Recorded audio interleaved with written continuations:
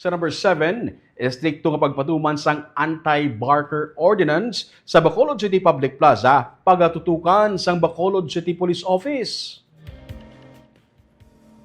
Tutukan sa Bacolod City Police Office sang hugot nga mapatuman ang ordinansa sa syudad nga nag-regulate sa mga barker sa mga pampubliko nga lugar ilabi na sa public plaza. Pinagi sa City Ordinance 08-15-729, luyag sa BCPO nga mas pabaskugon ang ilang pagbantay sa palibot sa plaza, agud malikawan na pagpamintaha sa mga barker nga ginatunaan man sang kinagamo kung kisa.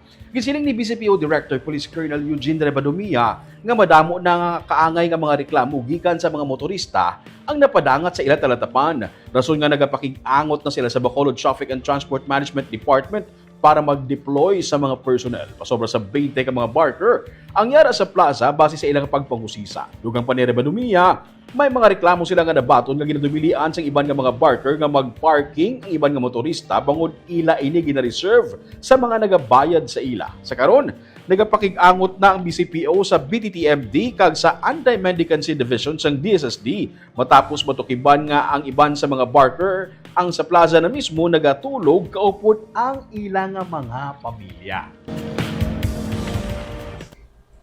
Hindi sila pa-parking. Do ilan ang parkingan nila sa Napalambot sila, sir. hindi ta makontrol mo man ang ilang kalakaran nila.